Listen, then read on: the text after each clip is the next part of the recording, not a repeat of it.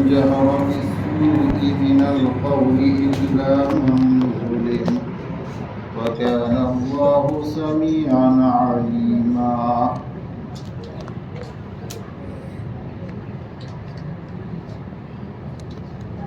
لا يحب الله الجهر بالسوء، یہ چھٹا پارہ ہے، اس کی پہلی آیت ہے. آج سورہ نساء مکمل ہوئی، اس کے بعد سورہ مائدہ پڑھی گئی، وہ بھی مکمل ہو گئی. 7 پارے کی تلاوت ہوئی ہے. اللہ تعالیٰ قبول فرمائے. جو سب سے پہلی آیت پڑھی گئی چھٹے پارے کی پہلی آیت، لا يحب اللہ الجہر بالسوء من القول. آج کی ایک معاشرتی جو خرابی ہے آج کی معاشرت میں، آج کی جو سوسائٹی میں عام طور پر یہ مرض پایا جاتا ہے، اس کا نام ہے غیبت. پیٹھ پیچھے برائی کے ساتھ تذکرہ کرنا. ہماری شریعت میں اس غیبت کو، بیک بائٹنگ کو بہت بڑا گناہ قرار دیا. حدیث میں فرمایا گیا الغیبت اشد من الزنا. غیبت یہ زنا سے بھی سخت ہے. اللہ تعالی ہم سب کی حفاظت فرمائے. غیبت کی ڈیفینیشن کیا ہے؟ تو بتایا گیا کہ غیبت کہتے ہیں ذکر کا اخاک بما یکرہ، تمہارا اپنے بھائی کا اس طرح تذکرہ کرنا کہ اس کو برا لگے، اس کی غیر موجودگی میں، اس کے پیٹھ پیچھے. اس لیے ہم اس کے پابند ہیں کہ کسی کی غیر موجودگی میں اس کی برائی کا تذکرہ اس طرح نہ کریں کہ اس کا نام خراب ہو، وہ بدنام ہو. اگر کسی کے اندر کوئی عیب ہے، خرابی ہے، اور انسان کے اندر تو خرابی ہوگی. کون ایسا انسان ہے جس کے بارے میں یہ دعویٰ کیا جا سکے کہ یہ عیب سے پاک ہے؟ معصوم تو انبیاء کرام ہوتے ہیں. اولیاء کرام کے لیے محفوظ کا لفظ استعمال کرتے ہیں. اگر کسی کے اندر کوئی ایسی خرابی ہمیں نظر آتی ہے تو شریعت نے اس کا طریقہ بتایا ہے نصیحت کا. اور نصیحت کا مطلب یہ ہے کہ اس کے سامنے اس کی برائی کا تذکرہ اس طرح کیا جائے کہ اس کو برا نہ لگے. ٹون مارنا، تان و تشنیع کا سہارا لینا یہ بھی جائز نہیں ہے. اور یہ سمجھایا، کہتے ہیں حسنین کریمین نے، حضرت حسن رضی اللہ تعالیٰ عنہ کے بارے میں خاص طور پر آتا ہے کہ انہوں نے ایک شخص کو دیکھا، انہوں نے وضو کیا، اور آج آیت وضو بھی پڑھی گئی ہے، سورہ مائدہ کا حصہ ہے. یا ایھا الذین آمنوا اذا قمتم الی الصلاۃ فاغسلوا وجوہکم وایدیکم. ظاہر ہے کہ ساری تفصیل تو بیان نہیں ہو سکتی. تو انہوں نے وضو کیا، بڑی عمر کے تھے اور یہ بہت چھوٹی عمر کے. دیکھا تو ان کا وضو صحیح نہیں ہوا. ایک طریقہ یہ تھا کہ وہ ڈانٹ کر کہتے ہو بوڑھے میاں اتنی عمر ہو گئی وضو کرنا نہیں آیا. ایک طریقہ تو یہ تھا، لیکن انہوں نے یہ طریقہ نہیں اپنایا. طریقہ یہ اختیار کیا کہ بوڑھے میاں کے پاس گئے، کہنے لگے کہ آپ نے وضو کیا بہت اچھا، میں یہ چاہتا ہوں کہ میں وضو کرتا ہوں آپ اس وضو کو دیکھیں اور اس میں اگر کوئی نقص نظر آتا ہے تو آپ مجھے بتائیں. چنانچہ انہوں نے وضو کیا. بوڑھے میاں نے دیکھا اور فرمایا بوڑھے میاں نے کہ بیٹا تمہارے وضو میں تو کیا خرابی ہوتی، خرابی تو میرے وضو میں تھی، اچھا ہوا تم نے مجھے بتا دیا. اس کو نصیحت کہتے ہیں. کبھی کبھی ایسا بھی ہوتا ہے کہ کسی کی خرابی کو دور کرنے کے لیے ہمارا طریقہ خراب ہوتا ہے، اور جس سے معاملہ اور زیادہ بگڑتا ہے۔ اس لیے ایسا بھی نہیں ہے کہ نصیحت اس انداز سے کرے کہ سامنے والا اس میں اپنی فضیحت محسوس کرے، بے عزتی محسوس کرے اور وہ اڑ جائے۔ پھر وہ کہے گا آپ مسئلہ بتائیں گے، آپ کہیں گے نماز ہوئی نہیں آپ کی، تو وہ کہے گا نماز ہوئی نہیں، میری تو ہو گئی۔ جیسے ایک صاحب سے کہا گیا کہ آپ کا وضو نہیں ہوا، تو جواب دیتے ہیں کس نے کا وضو نہیں ہوا، میرا تو وضو ہو گیا۔ آدمی مانے گا، اس کی اصلاح نہیں ہوگی۔ اس تو پیچھے غیبت نہیں کرنا ہے، سامنے لعن طعن نہیں کرنا ہے، نصیحت کرنا ہے تاکہ سامنے والا اپنی اصلاح کر لے اور آپ کو نصیحت کرنے کا ثواب مل جائے۔ اس کے بعد یہ جو سورہ مائدہ پڑھی رہی ہے اس کی پہلی آیت، مائدہ کے معنی دسترخوان کو، عربی میں اس کے لیے دوسرا لفظ آتا ہے سفرہ۔ یہ سفرہ زیادہ استعمال ہوتا ہے، تو سفرہ اور مائدہ دسترخوان کے معنی میں، کیونکہ وہ آیت اخیر میں آ رہی نا، وَإِذْ جس میں کہا گیا کہ لوگوں نے حضرت عیسیٰ علیہ السلام سے درخواست کی، اِذْ قَالَ الْحَوَارِيُّونَ جب حواریوں نے کہا۔ یہ حواری کون تھے؟ حضرت عیسیٰ کے جو کمپینین تھے ان کو حواری کا لقب دیا گیا، جیسا کہ ہمارے پیغمبر جناب محمد رسول اللہ صلی اللہ علیہ وسلم کے کمپینین کو صحابی کا نام دیا گیا۔ حواری یہ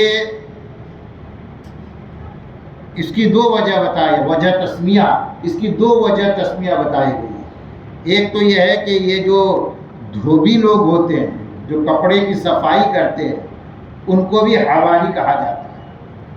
تو چونکہ حضرت عیسیٰ پر ایمان لانے والے یہ 12 اشخاص، 12 لوگ تھے، یہ دھوبی تھے، اس لیے ان کو حواری کہا گیا، یا اس لیے ان کو حواری کہا گیا کہ ان کے دل جو بڑے صاف ستھرے تھے، یعنی ایمان کے اعتبار سے بالکل سچے اور پکے تھے، اس لیے ان کو حواری کا لقب دیا گیا۔ حواریوں نے حضرت عیسیٰ سے درخواست کی کہ هل يستطيع ربك ينزل علينا مائدة من السماء، کیا آپ کا رب یہ کر سکتا ہے کہ ہم پر آسمان سے دسترخوان اتارے؟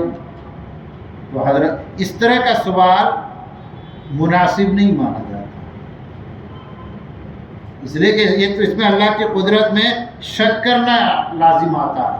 چنانچہ حضرت عیسیٰ علیہ السلام نے فرمایا اتقوا اللہ، اللہ سے ڈرو، اگر تم ایمان والے ہو کیسا سوال کرتے ہو؟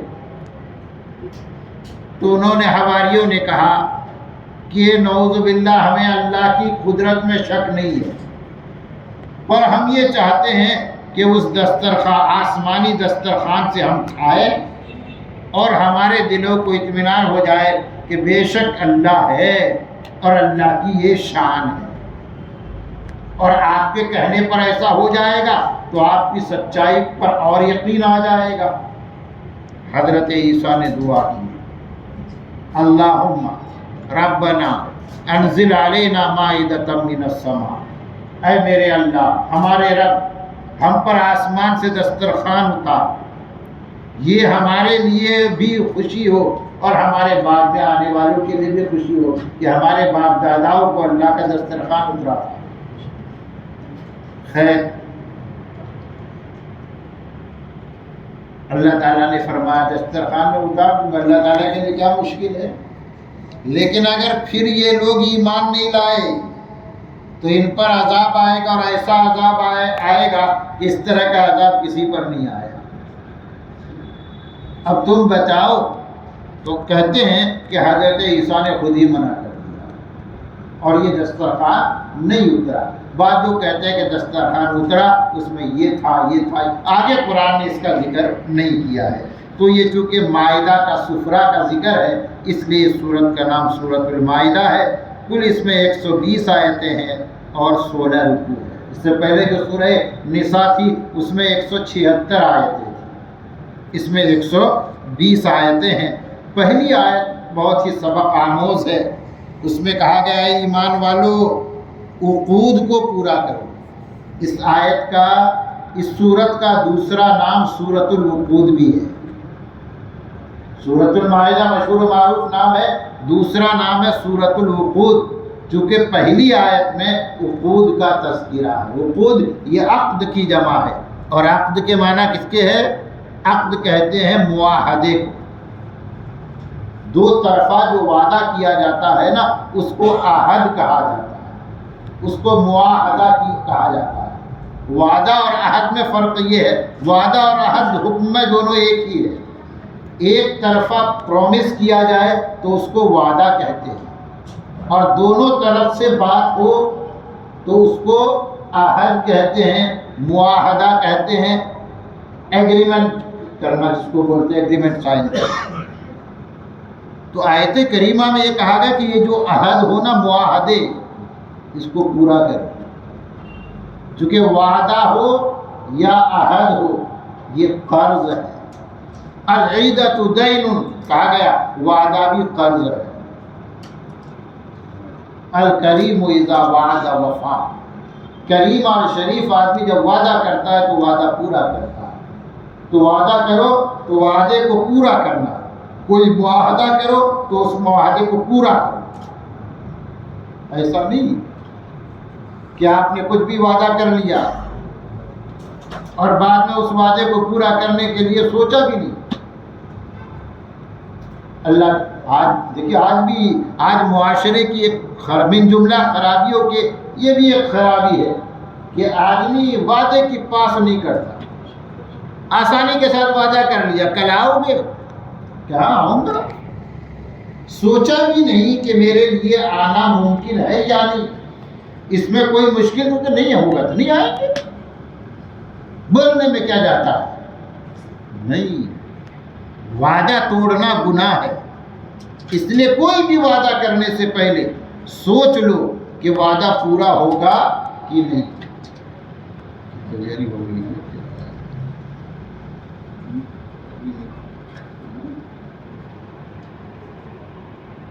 لیا ہے کیا؟ نہیں ہے، ابھی نہیں ہے نا۔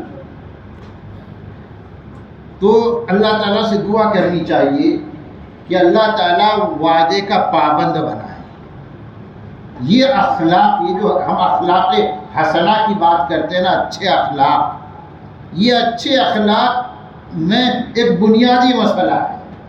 حضور اکرم صلی اللہ علیہ وسلم کے بارے میں وعدے کی پاسداری سے متعلق کئی واقعات مشہور و معروف ہیں۔ آپ انتظار کر رہے ہیں، سامنے والے نے وعدہ کیا کہ وہ اس سے ملاقات ہوگی، وہ تو بھول گیا، لیکن آپ سراپا انتظار بنے بیٹھے ہیں، اور وہ شخص آتا ہے اور آپ کو انتظار میں پاتا ہے تو اسے احساس ہوتا ہے کہ مجھ سے کتنی بڑی غلطی ہوئی۔ تو اللہ تعالیٰ وعدے کا پابند بنائے۔ اس کے بعد فرمایا یا ایھا الذین آمنوا لا تحلوا شعائر اللہ، یہ جو شعائر اللہ، اس کا مسئلہ آپ سمجھ لیں ذرا۔ شعائر اللہ، اللہ کے دین کی علامتوں کو کہا جاتا ہے۔ دیکھیے کچھ چیزیں، کچھ اعمال شعائر اللہ کہلاتے ہیں، یعنی اللہ کے دین کی علامت۔ شعائر یہ شعیرتن کی جمع ہے۔ جب علامت کا پہلو آ جائے نا تو اس کی اہمیت بڑھ جاتی ہے۔ اذان ایک عمل ہے، اگر فقہی اعتبار سے دیکھا جائے، فقہی اسٹیٹس تلاش کی جائے تو اذان سنت ہے۔ اذان کیا ہے؟ سنت ہے، کوئی فرض و واجب نہیں ہے اذان نماز کے لیے۔ لیکن آپ نے کبھی دیکھا ہے کہ اذان نہ ہوئی ہو مسجد میں؟ اگر کوئی شخص اذان کا انکار کرے تو اس انکار کی وجہ سے ان سے جہاد کیا جائے گا، جبکہ سنت کے بارے میں ایسا نہیں ہونا چاہیے۔ یہ جو سنت ہونے کے باوجود ایکسٹرا اہمیت دی گئی ہے، کیوں؟ چونکہ اذان دین کی علامت ہے، اس لیے جب اذان شروع ہو جائے حکم یہ ہے کہ سارے کاروبار زندگی بند ہو جائے، اس وقت کوئی دوسری عبادت بھی نہیں ہوگی۔ قرآن کریم کی تلاوت اور اذان دونوں میں اگر آپ کمپیئر کریں تو تلاوت اذان سے بڑا عمل ہے ثواب کے اعتبار سے، لیکن حکم یہ ہے کہ اذان ہو رہی ہو تو آپ قرآن کریم کی تلاوت بھی موقوف کر دیں اور اذان کا جواب دیں، رسپانس کریں۔ کیوں؟ چونکہ اذان یہ اللہ کے دین کی علامت ہے۔ مسجد بھی ایک ایسا گھر ہے، اس میں وہی اینٹ استعمال ہوا ہے، وہی سیمنٹ استعمال ہوا ہے، وہی ساری چیزیں استعمال ہوئی ہے جو آپ کے گھر کے بنانے میں استعمال ہوئی ہے، لیکن پھر بھی اس کی اہمیت ہے۔ کیوں؟ چونکہ یہ اللہ کے دین کی علامت ہے۔ قبرستان کو بھی کہا گیا اللہ کے دین کی علامت ہے۔ یہ جو ختنہ ہے نا، ختنہ، اس کا بھی یہی مسئلہ ہے۔ ختنہ یہ جو ہے اس کا فقہی اسٹیٹس یہ ہے کہ وہ سنت ہے، کوئی واجب اور فرض نہیں ہے ختنہ کرنا، لیکن آپ نے دیکھا کہ کوئی مسلمان ایسا ہو جس کا ختنہ نہ ہوا ہو، بچپن میں کر ہی دیتے ہیں۔ یہاں تک کہ اگر کوئی بالغ مسلمان ہوتا ہے، بالغ ہو گیا، بڑی عمر میں مسلمان ہوا، تو اب اس کا ختنہ کرنا ہے کہ نہیں کرنا ہے؟ اگر مسئلے کے اعتبار سے دیکھیں تو اس کا ختنہ نہیں ہونا چاہیے۔ کیوں؟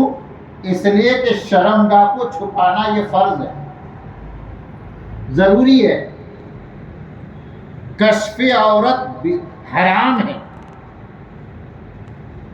اب ختنہ کرنے میں یہ کشف عورت تو ہوگا نا، کھلے گا، تو سنت پہ عمل کرنے کے لیے آپ اس کا ارتکاب کیوں کریں گے؟ نہیں کرنا چاہیے۔ لیکن پھر بھی مسئلہ یہ بتایا جاتا ہے کہ ختنہ ہونا چاہیے۔ کیوں؟ کیونکہ ختنہ اللہ کے دین کی علامت ہے، اسی سے پہچان ہوتی ہے کہ یہ مسلمان ہے یا مسلمان نہیں ہے۔ تو یہ جو شعائر اللہ، یہ اللہ کے دین کی علامت ہے۔ اس لیے میں نے کہا کہ جس عمل میں یہ علامت والی بات آ گئی، اس عمل کی اہمیت بڑھ جاتی ہے۔ یہاں پر بھی فرمایا یا ایھا الذین آمنوا لا تحلوا شعائر اللہ، تم اللہ کے شعائر کو حلال مت قرار دو۔ اگرچہ اس آیت میں یہ جو حاجی لوگ پہلے زمانے میں کہتے یا قربانی کا جانور ساتھ میں لے جاتے تھے، جس کو حاجی کا جانور کہتے۔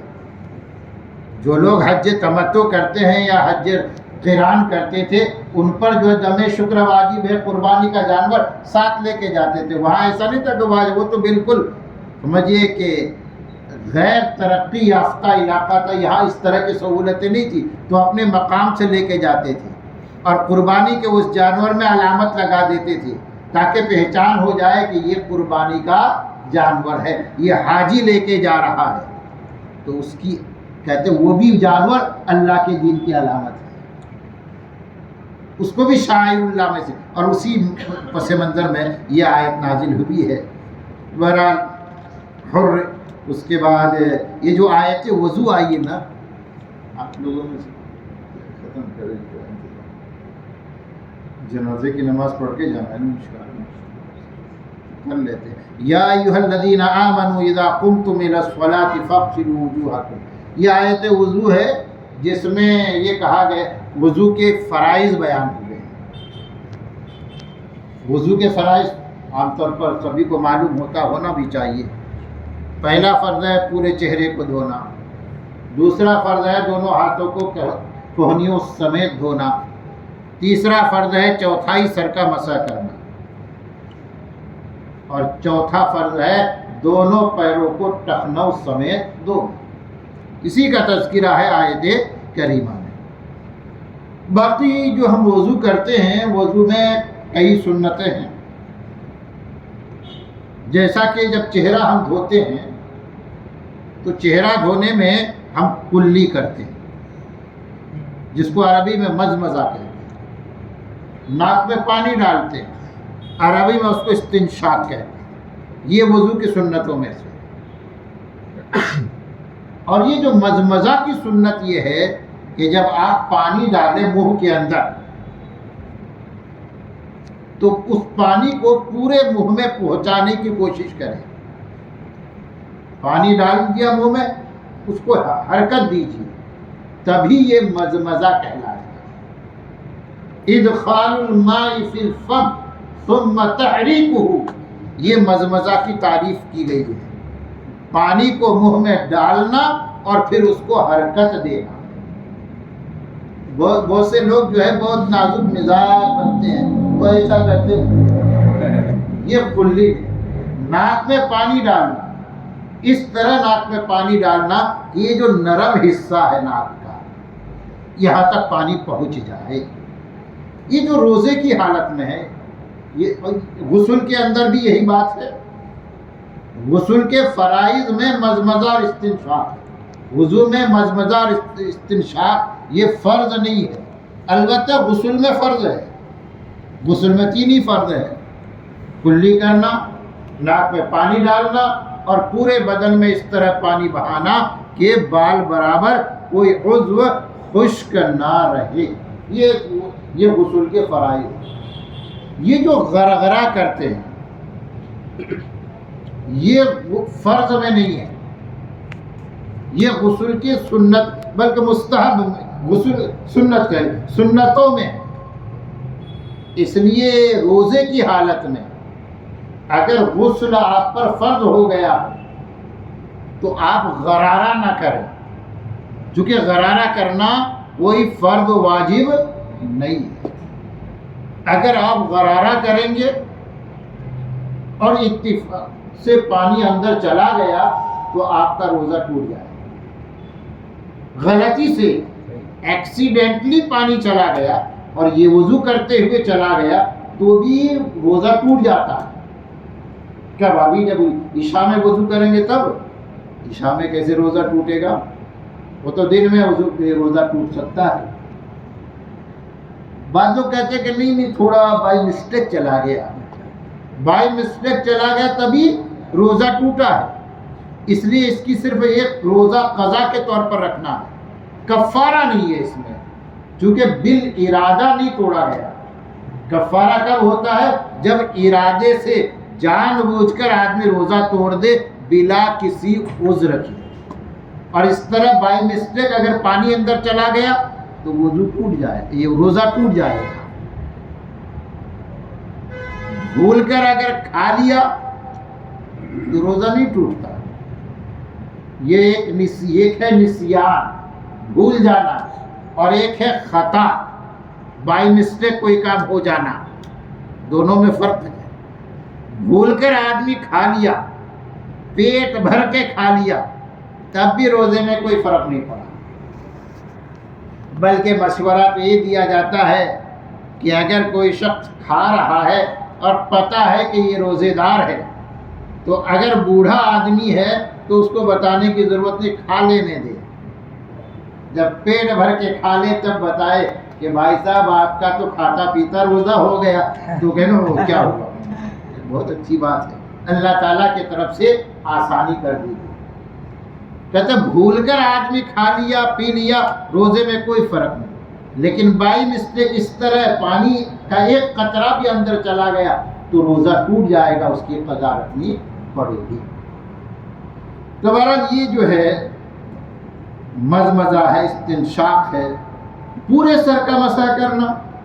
وَامْسَحُوا بِرُؤُوسِكُمْ، اور اپنے سر کا مسح کرنا. حدیث میں حدیث سے اس کی تفصیل کی گئی کہ یہ جو سر کا مسح کرنا ہے، پورے سر کا مسح ضروری ہے یا نہیں. تو حدیث یہ کہتی، چونکہ حدیث میں ناسیہ کا لفظ آتا ہے، ناسیہ کہتے ہیں یہ پیشانی کو، اس حدیث کو سامنے رکھ کر یہ کہا گیا کہ پیشانی کے بقدر مسح یہ فرض ہے، باقی پورے سر کا مسح کرنا یہ وضو کی سنت ہے. اور مسح کی تعریف کیا ہے؟ تر ہاتھ کو سر پہ پھیر، اصابت الید المبتلہ، تر ہاتھ کو پھیر دینا یہ مسح ہے. اور غسل کی تعریف کیا ہے؟ پانی اس طرح بہانا کہ پانی ٹپک جائے. بہت سے لوگ اس طرح بھی وضو کرتے ہیں، ہاتھ میں پانی لیتے ہیں پھر ہاتھ جھڑک دیتے ہیں پھر اس کو بھیگاتے ہیں. اس طرح غسل نہیں ہوتا. غسل کی تعریف میں پانی کے قطرے کا ٹپکنا ہے، اس طرح دھو کہ پانی ٹپکے، یہ غسل کی تعریف ہے، یہ ہے دھونا. اور مسح کی تعریف ہے تر ہاتھ کو پھیر دینا. ہاتھ جو ہے وہ تر آپ نے وہ کر لیا، اس کے بعد نیا پانی لیجئے اور اس کو کہتے پورا بھگانا نہیں ہے، تر ہاتھ کو بس پھیر دیجئے، یہ مسح ہو. اللہ تبارک و تعالی ہم سبوں کو دین سیکھنے کی توفیق عطا فرمائے.